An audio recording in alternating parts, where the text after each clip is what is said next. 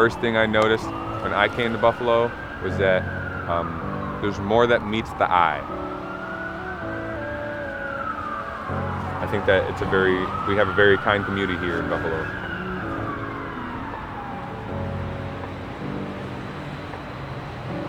It's a big city and whatnot, and as you start to move outwards, you'll start to see a lot more of rundown buildings and boarded up windows, and some people think that's a bad thing, that their city has boarded up windows and whatnot. I think that it adds more character.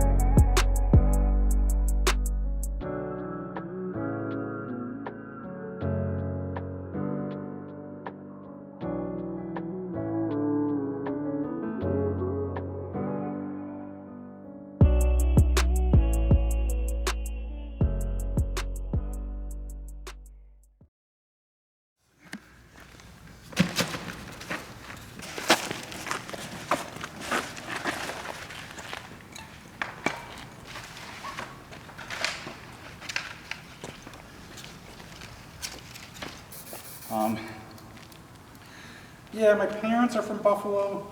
They got married and they eloped in Niagara Falls and moved to Long Island in New York City in the late 60s. My dad was working at a guitar shop, teaching, doing guitar lessons and stuff. They lived in New York and Long Island. Then a couple years later, when I was born, they didn't want to raise a kid in the city, so they moved out to the Catskill Mountains area. And I lived there until I was about 7 when my parents split up, and then my mom came back to Buffalo. Certainly in the last decade or two, the housing market's gone up. There's been a lot of waterfront development. There's a lot more fun stuff to do in Buffalo in the summertime. The art scene is getting bigger with the murals and stick figure and like all that kind of stuff. So Buffalo is thriving in many ways, and I enjoy that. And I try and focus on that stuff. I know a lot of people, I travel constantly. I'm all over the fucking world. And I think the people that complain about Buffalo really haven't spent a lot of time anywhere else. Yeah, check it. Yeah, I've done this, done that. You said it, done did it. Been here, been there. It's like smack for your ears. Got my eyes wide open, so it's all clear. Killing beats from the dusk of dawn to late nights. Ain't stopping till you hit the floor like cage fights. I put it in your bitch face. Who on the mixtape? I'm on the road like a fat kid on ice skates. Antoine Music online, check the MySpace. So we're in old Curtis Wright airplane assembly building. No, they didn't assemble building, airplanes, I'm sorry. Old factory where they make parts for airplanes. So I thought it would be cool to do this piece, which is going to be a little boy throwing a paper.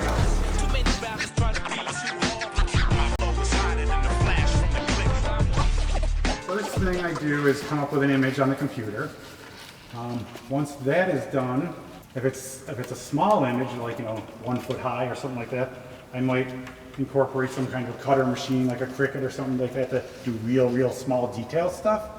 So he's a super interesting character because I do love his work, but it's very unique because we're talking about the different kinds of artists, and he kind of crosses the genre, and it's hard to say what he is. He definitely has a positive message and cool artwork, but he also kind of has the tagger mentality.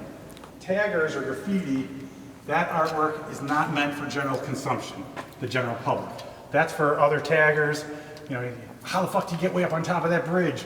Or, oh my God, that's a cool fucking spot, and like, oh, I can respect these everywhere. And that does not need to have the same public artistic value, I would say. I don't know if anybody's looking for me, they might be, but I know they're looking for Stick. I've talked to a lot of his friends and family and girlfriends and stuff like that, and they're looking for him. And 2 of his street pieces, I went and tagged up next to without telling him, so that he'd get a surprise that we all of a sudden kind of had a collaboration piece that he didn't know about. I went and put a top next to him saying, "Look out, Stick Figure, the man's looking for you," or something like that. I don't know what I put.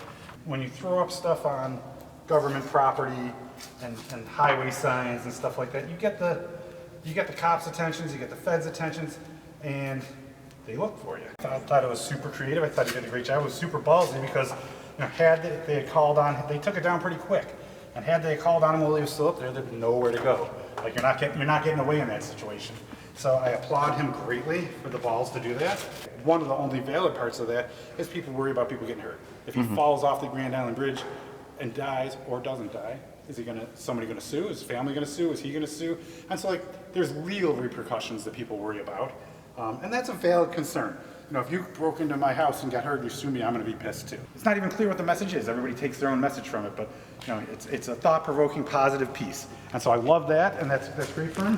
But then he also plays the other side of it, where he's functionally a tagger as well, and he'll put it fucking anywhere. So that's the Family Trappers. That's their line of stuff is not cheap, and it's definitely like an exclusive collector item piece. They're not unlimited.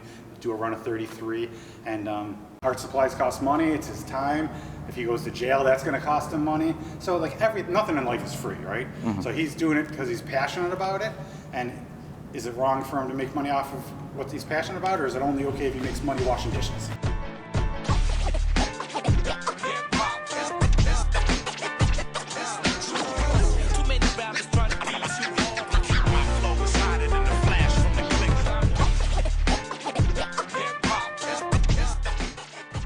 A fair argument, maybe the direction they're going is he's not making that affordable for everybody, but every piece he puts out on the street is affordable for everybody.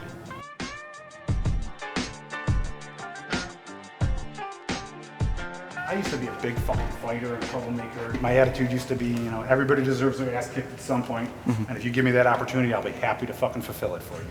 Like, that was my attitude when I was young. I've had a couple artists here in Buffalo, in New Orleans, other places, where they tagged over or covered my pieces, and I reach out to them. I'm like, why start a beef with them? Some people will fucking shoot you over it.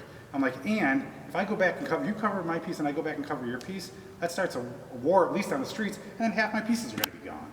Mr. Stupid, local artist, covered one of my pieces, and I couldn't find him online or anything like that. And then half a year later, he commented on my Instagram on one of my pieces. He's like, oh, I got a piece up next to yours, blah, blah, blah. And I'm like, that's really cool that you put a piece up next to me. I like seeing that a lot more than when you covered my piece.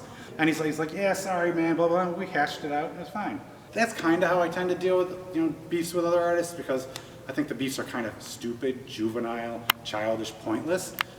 And egotistically, I want my pieces to fucking live on the streets. So I don't want to do something that's going to fuel the fire to make my pieces disappear. The way I'm doing this one is a little different than I normally do. I'm often do my second piece of the stencils, kind of separate small piece of paper, and come in and put them in. Here I'm using the cutout of the big stencil to do that, and we'll see how it goes. And this goes back to your question about is that all right to make money. I really like Nicole Cherry. She does the big buffaloes around Buffalo. She did a mural over at the General Mills, like the cereal character, and a bunch of stuff over there.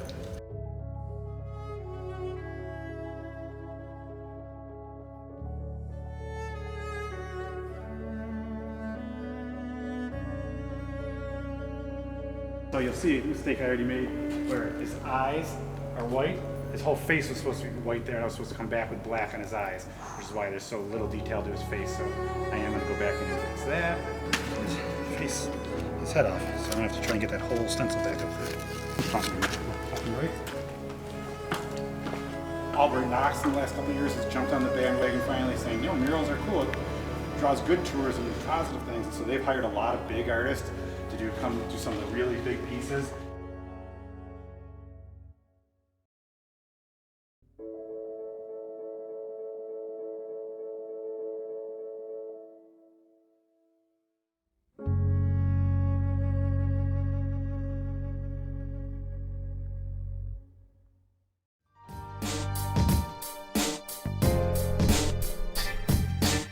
What is your general opinion of graffiti as a whole?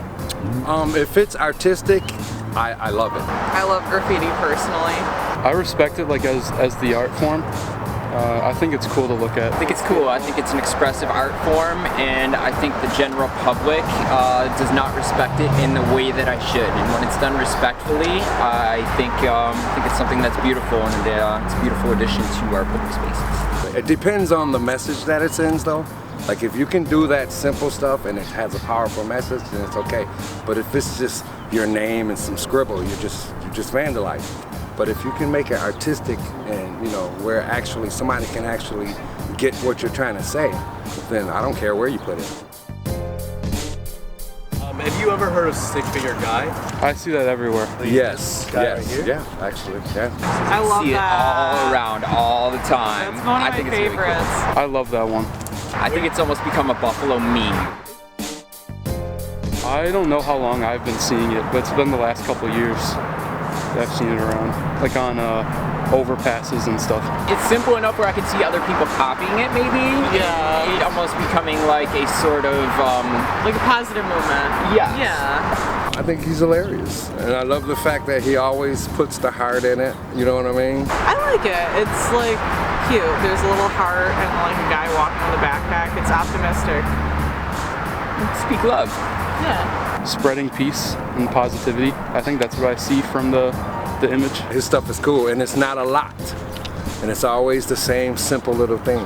Like, I know a guy who does like cardboard cutouts of them and like sells them. I think they're cool. You know, I like the way he does his graffiti. It doesn't bother me at all. I love to run into those, you know what I mean? Like, I see them in a lot of different places. Do you guys think Buffalo in general just has a graffiti problem at all? I think it needs more graffiti, if anything. Let's get it, man. I mean, put it up, make your name known, make your artwork visible to the general public.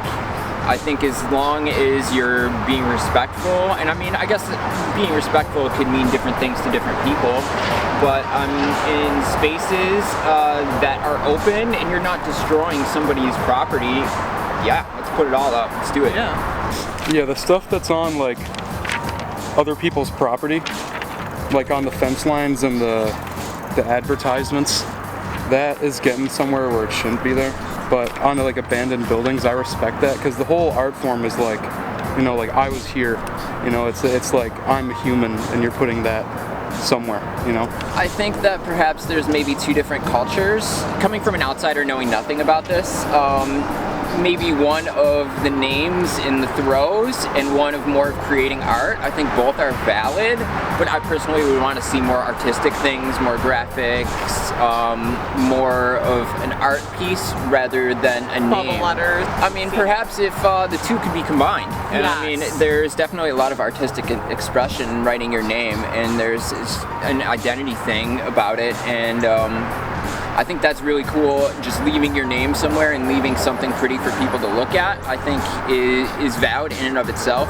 But I want to see something pretty and maybe an artistic representation of something going on around us, something that makes people think, or at least something that's beautiful and interesting to look at. Yeah. Maybe saying something. I think More provoking. thought-provoking. That's very good. Yes. My son, he was an artist. He's still an artist, but I'm pretty sure when he was younger, and this is how I found out he was a graffiti artist. I got a call. He got arrested. So they, you know, wanted to know what I wanted to do. And I said, well, we're gonna have him clean it up. You know, whatever he did, we're just gonna have him clean it up right now. If that's okay, and the person agreed to it. And I had to go and explain to him, look, if you're gonna do graffiti, sometimes you can, if it's gonna be artistic, you can get permission from the person who owns the property, and they might just want you to do it on the property.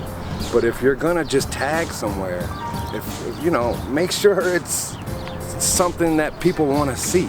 I think after that conversation I had with him, I think, you know, he figured it out. I tried to get him into doing murals, because like he loves to just do art. And I'm like, if you want to do it on walls, you can probably turn it into a business. Like, you know what I mean? Like, but he ended up just starting a painting company. So he's still painting, you know.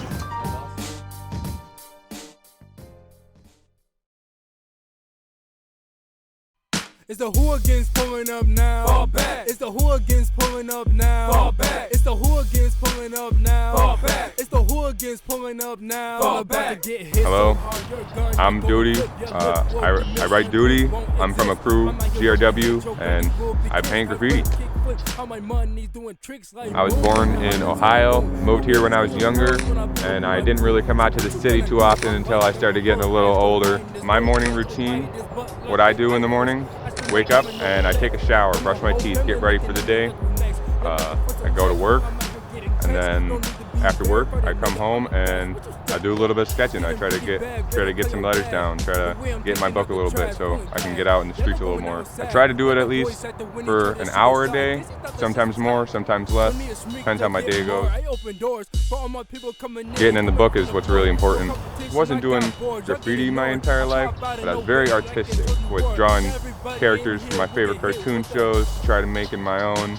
Eventually, as things progressed a little bit, as I got older, I moved over to doing graffiti, and it kind of played into both worlds where I can do some art of my letters and do a picture of a cartoon next to it, or incorporate both together.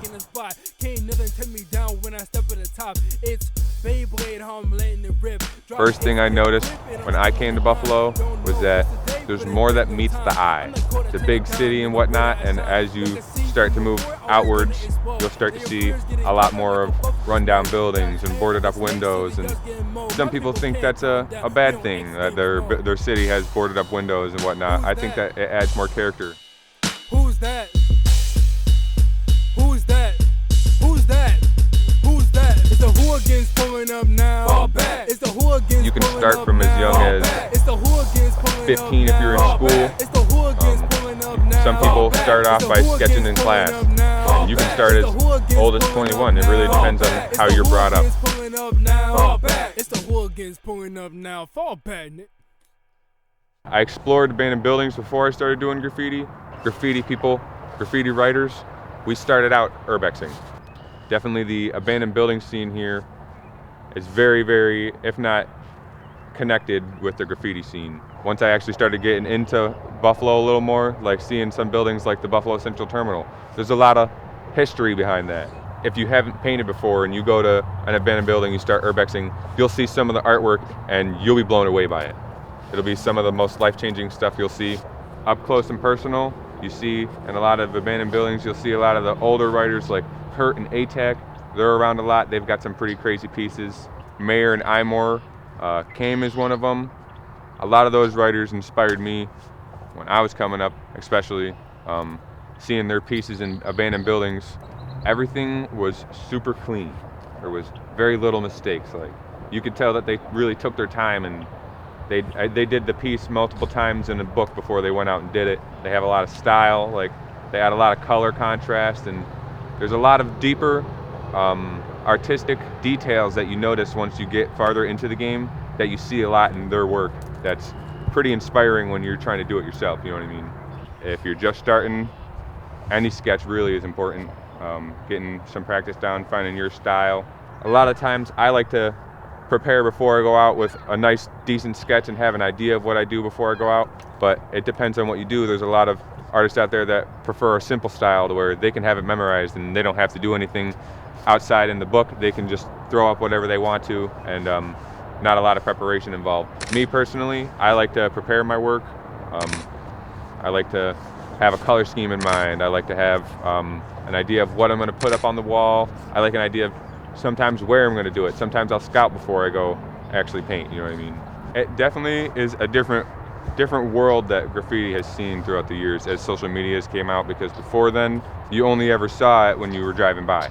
So now you can actually like get your artwork out there, and it can be seen by more people than just whoever sees it in real life, you know what I mean? So everybody can see your work. It's definitely helps out growing who you are as a writer.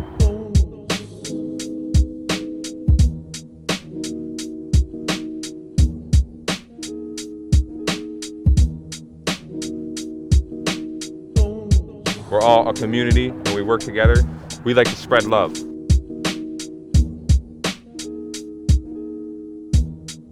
Main writer I'd like to point out for this is Stick Figure, obviously. He's got his whole spread the love, the speech bubble with the heart. And you'll see there's a lot of other writers out there that will add something about love in their pieces. He's definitely got a crazy movement going out there, and he's one of the first few people you'll see doing urbex art. One of the most recognizable figures in the city won't be found in the papers or on your screen, but on the walls of buildings and sidewalks around the city. I ran away from foster care at 16, and I was a traveling hobo, so I've been to every single state except Alaska.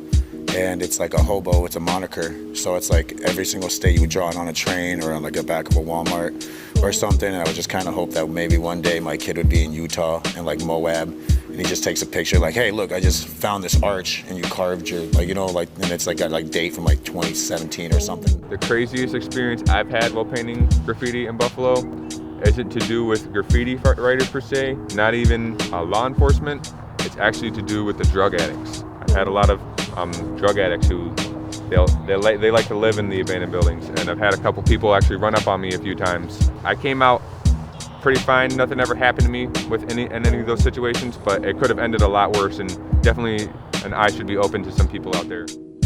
In Buffalo as a whole, as the city, you'll see that there's a lot of murals. Murals and graffiti aren't technically the same, but they are very, very similar. You know what I'm saying? So I feel like them opening up to adding a lot of murals to the city is very attracting to a graffiti artist, because it's the same kind of art. They're both on open walls out in the middle of the city. There are some rules in the graffiti scene. There's a style, so like we have a structure we like to follow. So you could do anything that you want, add any kick, any flair, but there is a letter structure to where you could actually tell what they're writing. So I feel like that's one key rule. Another rule is respect other people. So like if you see an old piece, you don't want to cover up an old piece, especially if you're going to do something worse over top of it, because it's a lot about respect and respecting some of the older writers that have been in the scene. I think that eventually they're going to try to crack down on it a little more. They're going to try to take it away, because I know the city sees graffiti as aggressive. I hope that my work inspires people, and I hope that other people can get out more and try to paint for themselves and express how they feel on a wall. There's other people out there in the world, other than people that do graffiti, that actually love graffiti.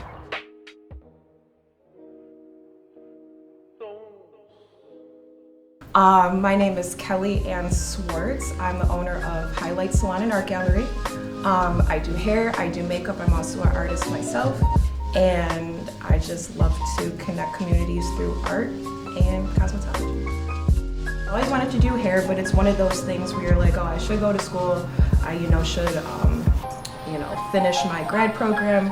Yeah, I went to a cosmetology program during my 1-year grad school leave of absence. This was actually a family friend's salon, and I was looking for like a new salon home. He said he's retiring at the end of 2023 and basically offered if I wanted to buy the salon, do a transfer of ownership, which I accepted. My passion project is making the salon and gallery combination. This one here, this is one of mine. This was part of a yoga series where I did a yoga pose with the corresponding chakra and color. And you heal your heart chakra by being in nature. And butterfly pose is just your heart opening pose, looking around. And so that's why I did that one.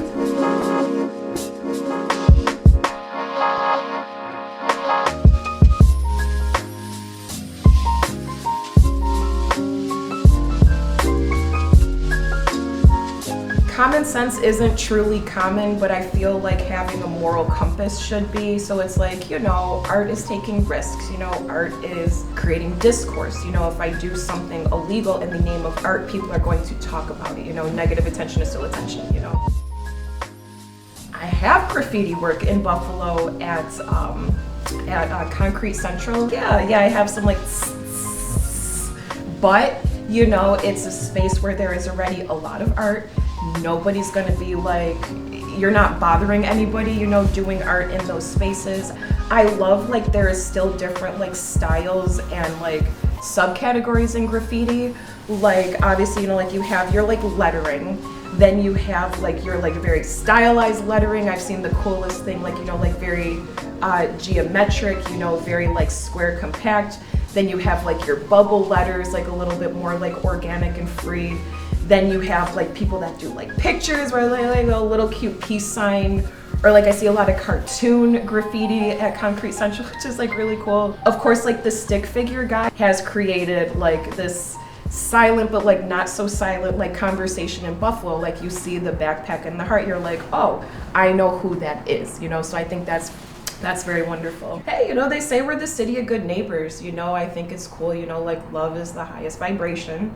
There's a lot worse things you can do than a heart and a stick figure person. I think it's simple. I think it's innovative. You see it everywhere, so it's consistent. I think like the mission is really, really cool. The places where you see it, I'm like, how did you get up there? Which I think is really cool. It makes you look. It makes you. Technically, it's not legal to go to Concrete Central because you use the tracks. Like you got to go over the tracks and then like to the field. So technically, that's not legal. Dumpsters and stuff, and it's not reducing the graffiti to like dumpster art. And I may be a little hypocritical to say that you can graffiti a dumpster, but not my dumpster, you know. So I guess that's another little moral line to cross. But yeah, as long as you're not hurting anybody or intentionally destroying property of somebody that knows, somebody you know that doesn't want their property destroyed or visually altered without permission. Once it's there, you know, so you have to either have enough skill to say, okay, I know how to make this better, correct this mistake, or enough mental skill to be like, you know what, that didn't come out good, let me find another spot. It's less pressure, it's a new medium, if you will, and it's fun to not be perfect at something. As an artist, I'm trying to find things that I'm not good at. So this is probably one of my favorite paintings that I've done. It is a tree of life. This was the first thing I painted after a pretty serious car accident. And I didn't realize until a few months after painting this that this is a self-portrait. To me, I think it's a really cool way to visualize myself and kind of how I see myself. You know, a self-portrait doesn't have to be your portrait, it can be anything. We're losing a lot of stuff, you know, I don't see as many, you know, small businesses, small restaurants, so I'm pretty sad about that. It's really interesting, like, having this kind of, like, geography and being, like, a Rust Belt city. Like, we go through a lot. Like, this was, like, a really hard winter, you know, and our history, you know, like, we had a lot of jobs here. Then, you know, something happened in, like, the 70s and 80s, where it's, like, we lost a lot of jobs, lost a lot of, like, revenue coming into Buffalo. But we still create.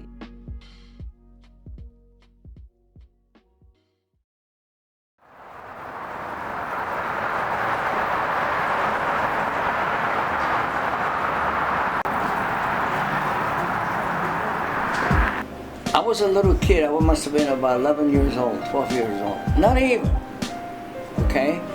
And I was sitting behind a 54, I think it was a Pontiac car, 54, right? And I'm sitting in the back of the window, you know, looking, and the guy comes out and he's pumping gas. One guy's washing the window, and the guy's standing behind the car pumping gas, right? He's got his hands in his pocket. And I see the wheel, the money turning. I said to myself, Mika, that's a good job, making easy money without working. And that's where I got the idea from, open a gas station. It's 71, 1971.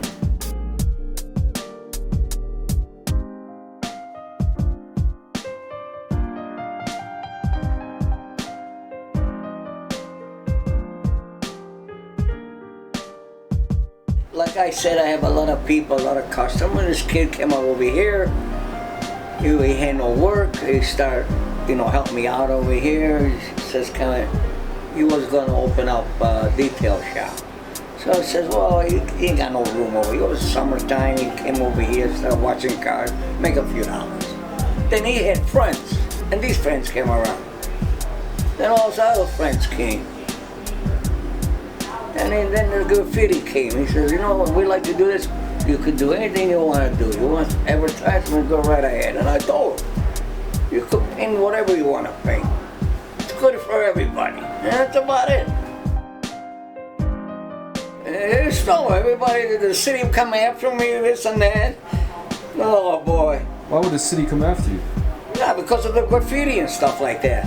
It's my own property anyway. They were ready to come and paint that place, you know, the city. I said, hold it, this is my place, out. And they left. Came out of town to paint that stuff, believe it or not.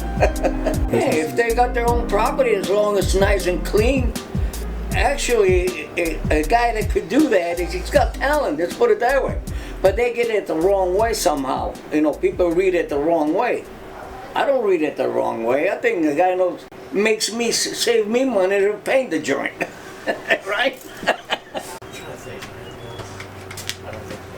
Go, you want to say something? I don't say anything. No, you don't say nothing. Come on. It's not like, come here. I don't want to say nothing. What are you for? What are you afraid about? You're talking. Huh? He's my boy here. He's been here since he was 6 years old. Well, I tell you, I don't see nothing wrong with it. It's natural and it's beautiful.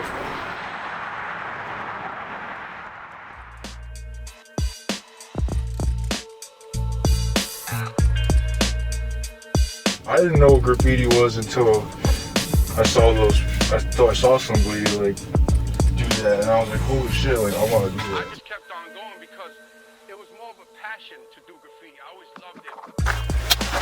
I just rack up, like buy some cans when I get the money, and I just hold on to them. Because some of them are half full, they're not. So like if they're not empty, I save them and I use them for canvas art. I like drawing. I started out when I was in high school. I started writing. I'd go on the midnight ride when I started. I would hang out with a few homies. We would ride our bikes around the city and we would just get up here and there. I started in my book. I carry my black books. I started off with this.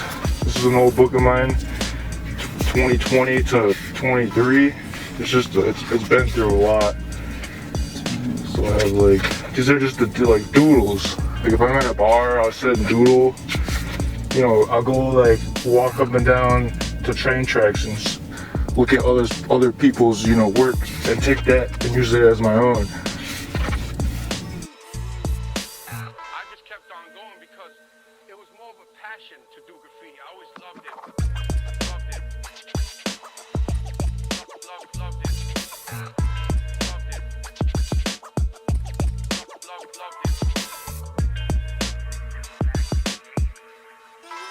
There's tagging, there's throw-ups, there's fills, you could do fills, there's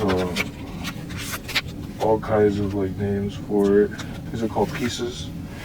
This is called a tag. So this name was given to me by another artist. Everybody could be a goat.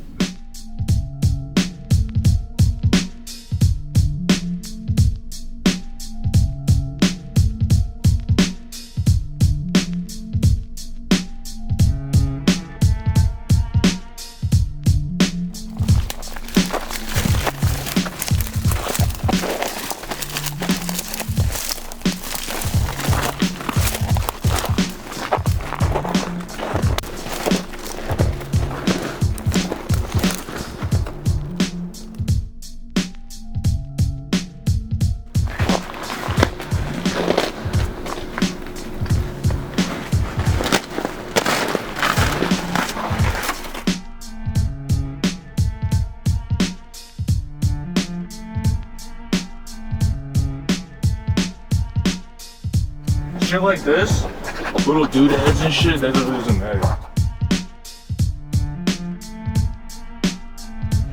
Long stick, they actually tie sticks real long, and they have buckets of paint.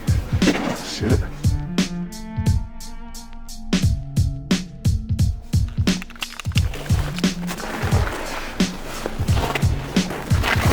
Right on buildings that are not abandoned. You just don't go up to a random car and just tag it. There's some people that they do that just to be a punk. It's called dissing. Yeah. When someone disses your work. It's happened to me before. Someone dissed my work at the. What I do is I go over it. I do better. And if they want to keep going over it, then I'm going to keep going over it and making it better.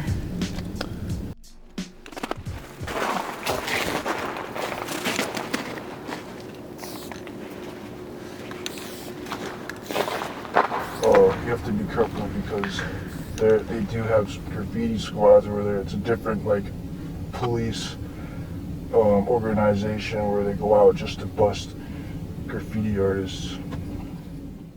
I've had an experience where me and my friend went out and we were being followed, but we got by the time we got done, we were already like out of the area. They're trying to like keep the city clean, but at the same time, like we're just kids out here trying to like get our name up.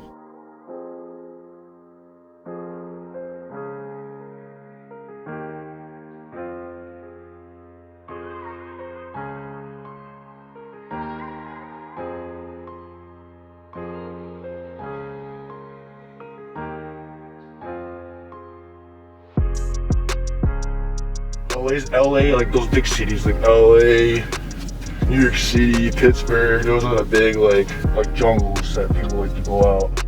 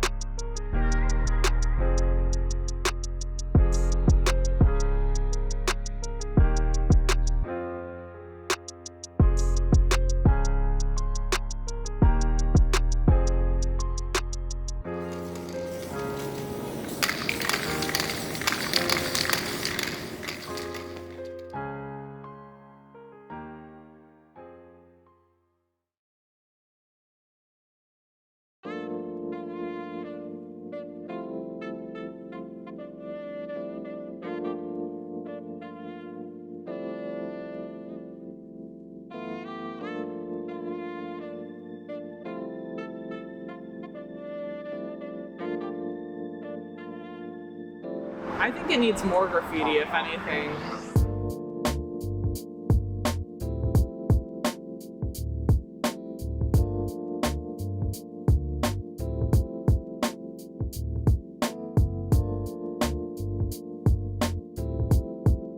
You could paint whatever you want to paint. It's good for everybody. And that's about it.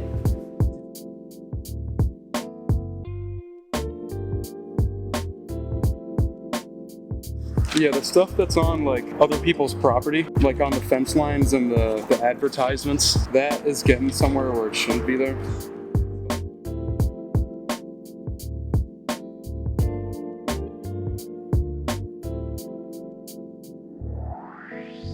And I didn't really come out to the city too often until I started getting a little older. Started coming out to Buffalo a little more. I explored abandoned buildings before I started doing graffiti. Definitely the abandoned building scene here is very, very, if not connected with the graffiti scene.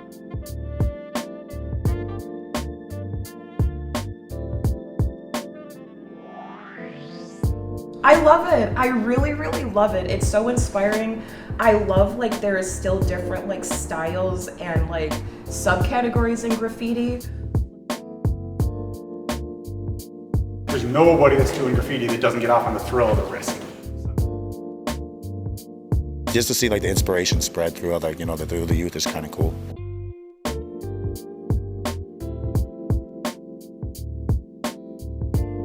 The more scenic, the better.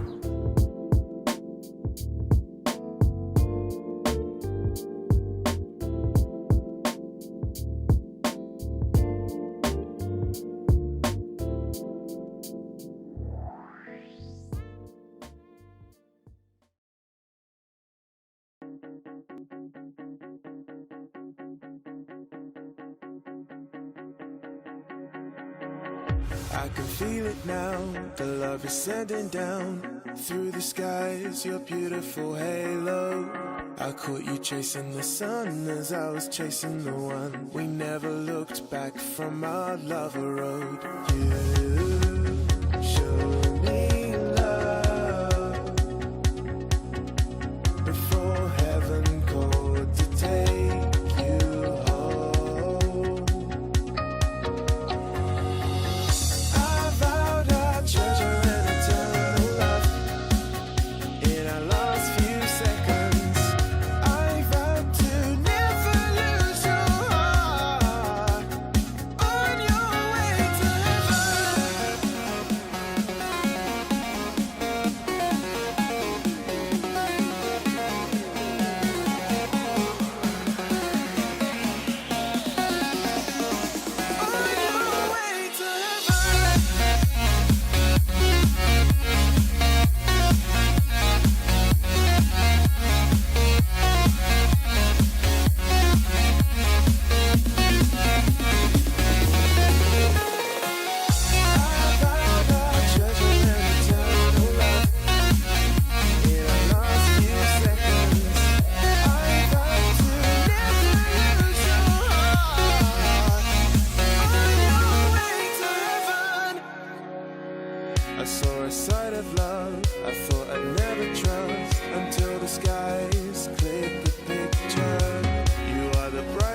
to which I pray to God.